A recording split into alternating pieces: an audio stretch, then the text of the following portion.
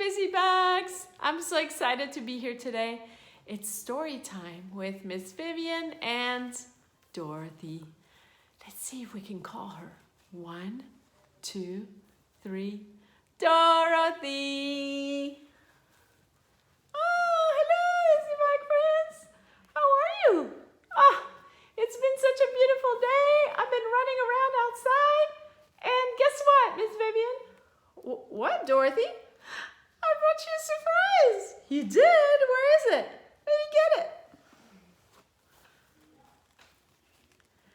I was outside and I picked a beautiful daisy for you.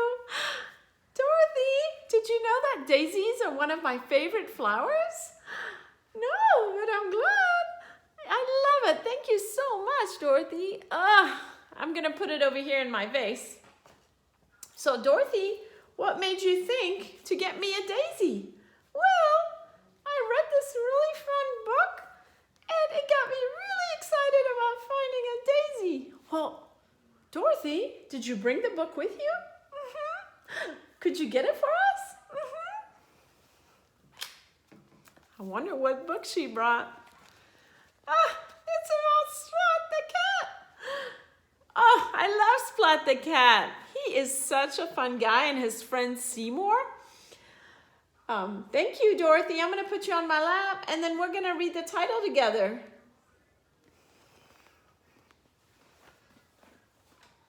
Let's look at the title. Splat. Oh, I know you know this sight word. And make sure, I know you could sound this out with me. Cat. Right, so Splat the Cat.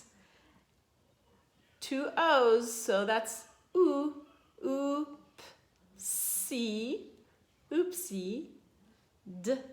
daisy. Oopsie-daisy. Oopsie-daisy? I don't see a daisy on the picture. What do you see? I know. I wonder what the story might be about. Let's find out. The author and the illustrator is Rob Scotton.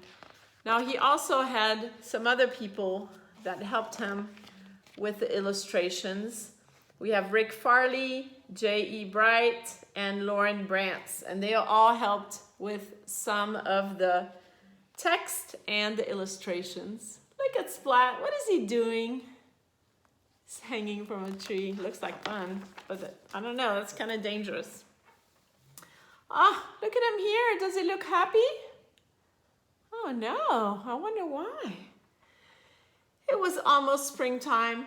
The weather was getting warmer, but the sky was still gray and rainy. Splat thought being stuck inside was a waste of a Saturday afternoon. Splat perked up when a sopping wet Seymour scurried into his room. Seymour was carrying a weird-looking seed. "Where did you get that?" said Splat. Can you see the seed right here?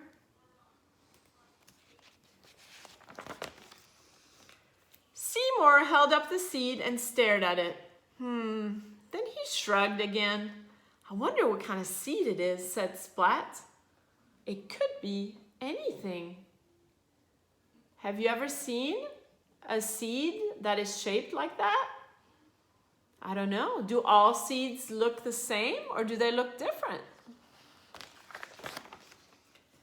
Well, there's only one way to solve this mystery. Seymour, let's see if we can make it grow.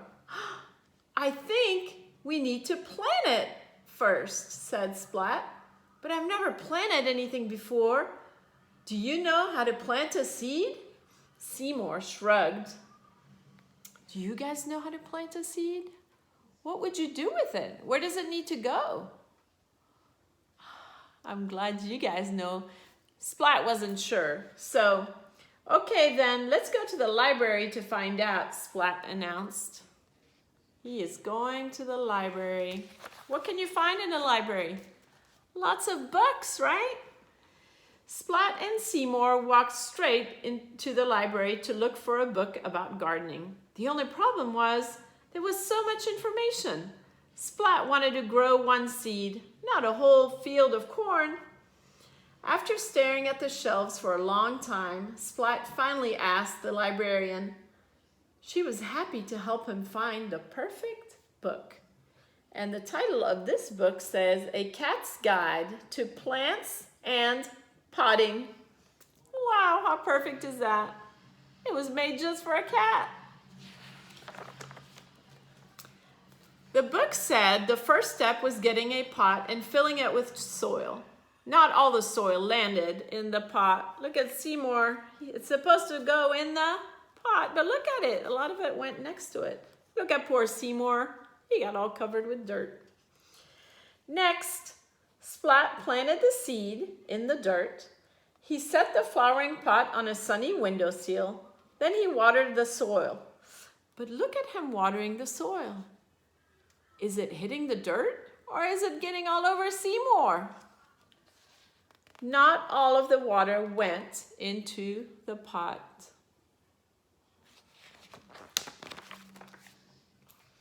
Splat checked the flower pot every day. He hoped and hoped for a sign of a sprout. He wondered what kind of plant it would be. Is anything happening yet? Do you see anything coming out of the dirt? Does Splat look happy? Does Seymour look happy? I think they're really anxious for something to grow. Maybe the seed will grow into a wild garden of roses. Or maybe the seed will grow into a tree as tall as the sky.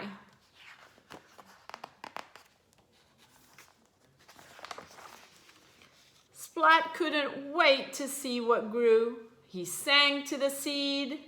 He read to the seed. And told it stories. And for 2 whole weeks, Splat waited and waited for the seed to do something. Do you think that reading to it would help it grow? Do you think singing to it would help it grow? What about telling it stories? Would that help? For Splat, it doesn't look like it helped. Splat was ready to give up. Maybe the seed would never sprout. Feeling terribly disappointed, he watered the soil one last time, just in case. And guess what?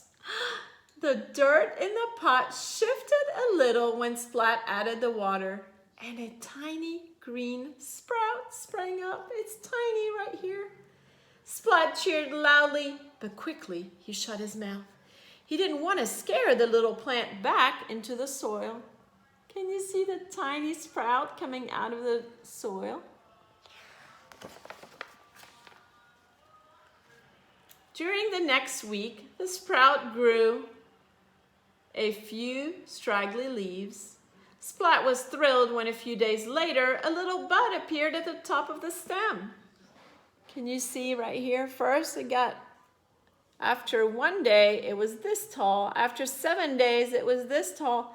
After 14 days, it got a little bud at the top. The next day, the bud opened and a bloom blossomed. It wasn't a wild jungle plant or a many-colored rose or a tall, tall tree. It was a flower, a little daisy, and Splat knew just who to give it to. Who do you think Splat should give the flower to? Let's see. I love it, said Mom. It's the most special flower ever. Splat smiled as he hugged his mother. I grew it myself, Splat said, with a little help from Seymour. I think he picked the right person to give the flower to. That was so sweet. I love that story.